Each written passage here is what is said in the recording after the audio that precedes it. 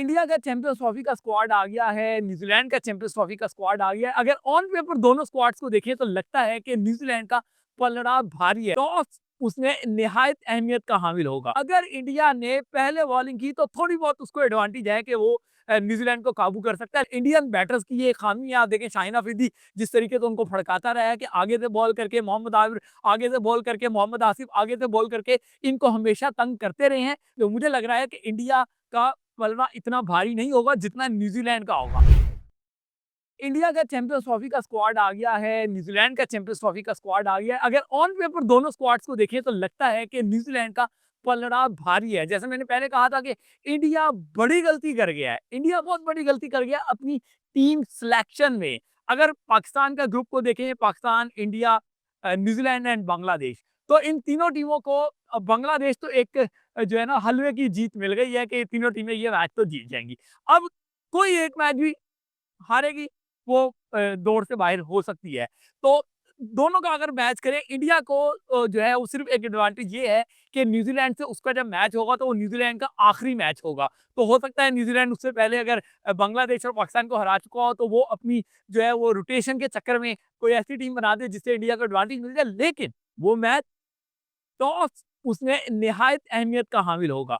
अगर इंडिया ने पहले बॉलिंग की तो थोड़ी बहुत उसको एडवांटेज है कि वो न्यूजीलैंड को काबू कर सकता है। लेकिन अगर जो है वो उनको दूसरी बारी में बॉलिंग करनी पड़ गई तो दुबई की कंडीशन में इंडिया के लिए बहुत ज्यादा मुश्किल हो जाएगी। थोड़ी सी अगर मैं बात कर लूँ तो न्यूजीलैंड पे 6 पेसर्स उनके पास जो है वो मौजूद हैं, जिनमें 4 उनके पास उसके अलावा स्पिनर्स भी हैं। तो उनके ऑप्शन बहुत ज्यादा है, स्क्वाड में वो ऑप्शन बहुत ज्यादा है। इंडिया को देख के और उनकी फॉर्म, उनके खिलाड़ियों की वो सारी चीज़ों को देख के अपने लाइनअप कर सकते हैं। इंडिया जो है वो चैंपियंस ट्रॉफी से पहले इंग्लैंड के खिलाफ सीरीज खेल रहा है। इंग्लैंड के खिलाफ वो जब अपनी कंडीशन में सीरीज खेलेगा, फ्लैट ट्रैक होंगे, बुली ट्रैक्स होंगे, बैटर्स के मजे आएंगे। लेकिन जब आप दुबई में चले जाएंगे तो वहां पे ड्यू फैक्टर बहुत ज्यादा मैटर करता है। वहां पे कंडीशंस आपको याद होगा कि पाकिस्तान ने दूसरी बारी ली थी तो इंडियन बॉलर जो है वो एक तो 52 जो है वो उसमें एक विकेट भी नहीं गिरा सके थे पाकिस्तान की। तो ये उनको मुश्किल खड़ी कर सकता है। तो 4 स्पिनर्स हैं, जैसे नाथन नाथन स्मिथ है उनका न्यूजीलैंड का। वो लगता तो ऐसे है कि बड़ा धीमा सा है, लेकिन आगे से बॉल करके वो जो स्विंग करता है। और इंडियन बैटर्स की ये खामी है। आप देखें शाहिन अफरीदी जिस तरीके से उनको फड़काता रहा है कि आगे से बॉल करके मोहम्मद आबिर, आगे से बॉल करके मोहम्मद आसिफ, आगे से बॉल करके इनको हमेशा तंग करते रहे हैं। तो नेथन स्मिथ इनको तंग कर सकता है। फर्गूसन एक पेसर है, स्पीड से बॉल कराता है और सभी जानते हैं कि वो रफ्तार में लोगों को बीट कर जाता है। इसके अलावा मैट हेनरी, आप उसके स्टैट्स जाके देखें तो न्यूजीलैंड के खिलाफ उसके स्टैट्स भी सॉरी इंडिया के खिलाफ बड़े अच्छे रहे हैं नए बॉल के साथ। तो अगर के 10 ओवरों में इन पेसरों ने न्यूजीलैंड को इंडिया को डेंट डाल दिया तो इंडिया के लिए बड़ा स्कोर करना मुश्किल होगा। वैसे भी उनके बैटर्स जो टॉप ऑर्डर के हैं वो आपके सामने ही है कि उनकी फॉर्म नहीं लगी हुई। वेलर रॉक जो है वो उसकी टॉल है, उसका भी स्विंग जो है वो बहुत ज्यादा मसला करता है। हाँ, इनका जो कप्तान है न्यूजीलैंड का सेटनर, वो जो है इतना ज्यादा सेट नहीं होता इंडिया के खिलाफ। इंडिया के खिलाफ उसके सेट्स अच्छे नहीं है तो शायद ये उनको एडवांटेज हो। लेकिन मत भूलें कि उनके पास स्पिन के बहुत सारे ऑप्शन मौजूद हैं। मार्क चैपमैन डोमेस्टिक में बॉलिंग करता रहा है, रविंद्र जडेजा भी वहां पर है जो उनके लिए बॉलिंग कर सकता है। बैटिंग में न्यूजीलैंड की अगर हम बात करें, मिचेल मार्श उनके पास है, विल यंग है उनके पास, कॉनवे है उनके पास, रविंद्र जडेजा जिसके स्टैट्स सबने देखे थे वर्ल्ड कप में, उसने कितना अच्छा खेला था जो इंडिया में वर्ल्ड कप हुआ था। तो उनके पास फिर केन विलियमसन जैसा तजर्बा उनके पास मौजूद है। टॉप ऑर्डर देखें, मिडिल ऑर्डर देखें, लोअर ऑर्डर देखें, न्यूजीलैंड के पास रन बनाने वाले बड़े ऑप्शन मौजूद हैं। 6 खब्बे उनके पास मौजूद हैं तो जो उनको एडवांटेज देंगे। अब मैं इंडिया की अगर बात कर लूँ तो इंडिया में प्रॉब्लम भी यही है। शामी फिटनेस के बाद आया है, अभी पता नहीं उस फिट हो पाएगा मुकम्मल के नहीं, उसका रिदम वैसा होगा नहीं होगा। डोमेस्टिक की बॉलिंग अलग होती है, परफॉर्मेंस इंटरनेशनल का प्रेशर अलग होता है। फिर जसप्रीत बुमराह, उसकी फिटनेस का लेवल का सबका मामला है कि उसके क्वेश्चन मार्क है कि वो क्या मुकम्मल फिट होगा, कि 2 दिन में वो 20 ओवर करवा पाएगा, क्योंकि इंडिया के मैच 3 दिन में, सॉरी 2 मैच हैं तो 3 दिन में क्या वो 20 ओवर करवा पाएगा। तो ये एक बड़ा क्वेश्चन मार्क है। अर्शदीप सिंह की अगर हम बात करें तो अर्शदीप सिंह जो है वो अमूमी तौर पे सज्जे बैटर्स के लिए अच्छा है, लेकिन खब्बे जो लेफ्ट हैंडर होते हैं उनके लिए वो स्ट्रगल करता है उनके खिलाफ। तो ये कोई अच्छा ऑप्शन नहीं है। फिर हार्दिक पांड्या उनकी ज़ाहिर है ऑलराउंडर की कैटेगरी में हार्दिक पांड्या और वाशिंगटन सुंदर जो है वो खेलेंगे, तो हार्दिक पांड्या क्या वो इतना कारगर साबित होगा, क्योंकि उसके भी 10 ओवर की फिटनेस जो है उस पे भी क्वेश्चन मार्क है। तो इंडिया के ऑप्शंस इतने ज़्यादा अच्छे नहीं है। कुलदीप यादव थोड़ा-सा सरप्राइज़ कर सकता है, लेकिन मत भूलें कि वहाँ पे जो अगर हम न्यूज़ीलैंड की बात करें तो उनके पास केन विलियमसन को ले लें आप, विलियम को ले लें, उनके बाद चैपमैन को ले लें। ये स्पिनर्स को बड़ा अच्छा खेलते हैं और ये अच्छा रविंद्र जडेजा भी बड़ा अच्छा खेलते हैं और फैंटी लगाना भी जानते हैं। तो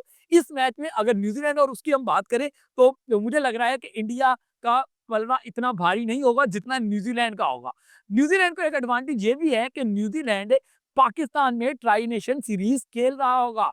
कि आई मीन खेल कर तैयारी कर रहा है। वहाँ वो जनूबी अफ्रीका से भी टकराएगा, पाकिस्तान से भी टकराएगा। तो इस कंडीशन में उसकी 11 को या उसके स्क्वाड को जेल होने का मौका मिल जाएगा। इस सीरीज में वो अपने सारे ऑप्शंस देख लेंगे। उसके बाद इंडिया से टकराने से पहले वो बांग्लादेश और पाकिस्तान से टकरा चुके होंगे, वो पाकिस्तान जिससे वो ट्राई नेशन सीरीज में भी टकराए होंगे, तो इसका उनको बहुत ज्यादा एडवांटेज होगा। देखिए ये तो बात हो गई पलड़े की ना, ऑन पेपर।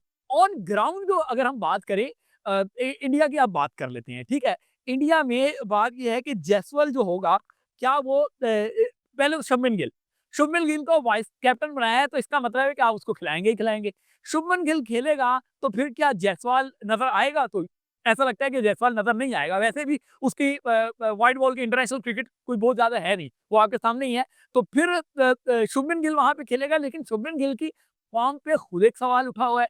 सारे लोग उस पर क्वेश्चन मार्क उठा रहे हैं। सिर्फ उसका एक स्ट्रॉन्ग कनेक्शन है कि वो सचिन तेंदुलकर की फैमिली से उसका ताल्लुक है, तो उस वजह से वो लाइमलाइट में रहता है, वरना परफॉर्मेंस उसकी बहुत ज्यादा अच्छी नहीं है। ठीक है, खुद रोहित शर्मा उनकी जो टेस्ट की फॉर्म है वो सबके सामने ही थी।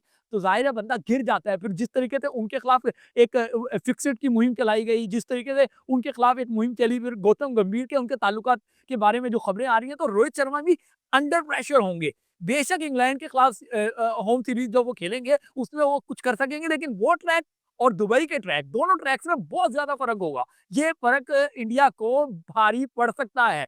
इंडिया जो है वो इतनी अब फेवरेट नहीं है फाइनल फोर के लिए, ऑल्दो कि उसकी लॉटरी लग गई है कि पाकिस्तान और बांग्लादेश उसको मिले हैं अपने ग्रुप में, तो शायद उसको वहां पे थोड़ा सा एडवांटेज हो। अच्छा, यहाँ पे संजू संजू सैमसन जो है वो जरूर होना चाहिए था। वो इन कंडीशंस में बहुत अच्छा बैटर है। जो दुबई की कंडीशंस है वहां पे वो परफेक्ट बैटर था, लेकिन आपने संजू सैमसन को उसको नहीं खिलाया, तो उसकी जगह आप केएल राहुल को ले आए। वो किसी तौर पे भी जस्टिफाई नहीं होता।